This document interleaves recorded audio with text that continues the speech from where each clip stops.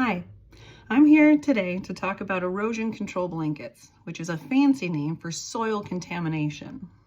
I'm a concerned citizen of Earth because every road that I travel on, I see miles and miles of plastic netting choking out wildlife.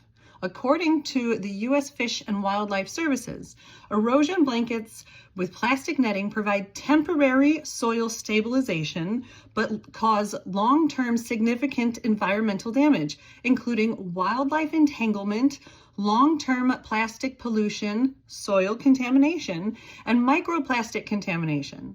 The non-biodegradable polypropylene netting traps snakes, birds, and small animals while breaking down into harmful microplastics and chemical pollutants that persist in the soil and the water.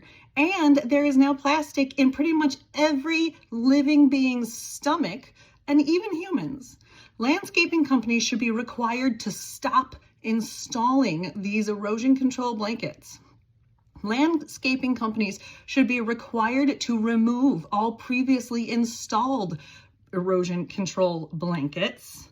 And roadsides are lined with miles and miles of plastic netting that are never going to be removed. Why are the companies not being held accountable for the plastic that they are installing in Earth? I get very upset about these things. Lawn mowing season is coming up, and you know what happens? The trash and the netting is just broken down into more microplastics that's going to be deposited in the soil for thousands of years. Human activity needs to change. We are actively adding microplastics into our water systems and our bodies. Landscapers should not be allowed to install plastic netting in the earth. And companies that, like Nicor, that leave the little flags everywhere, they should be required to also come back for those flags.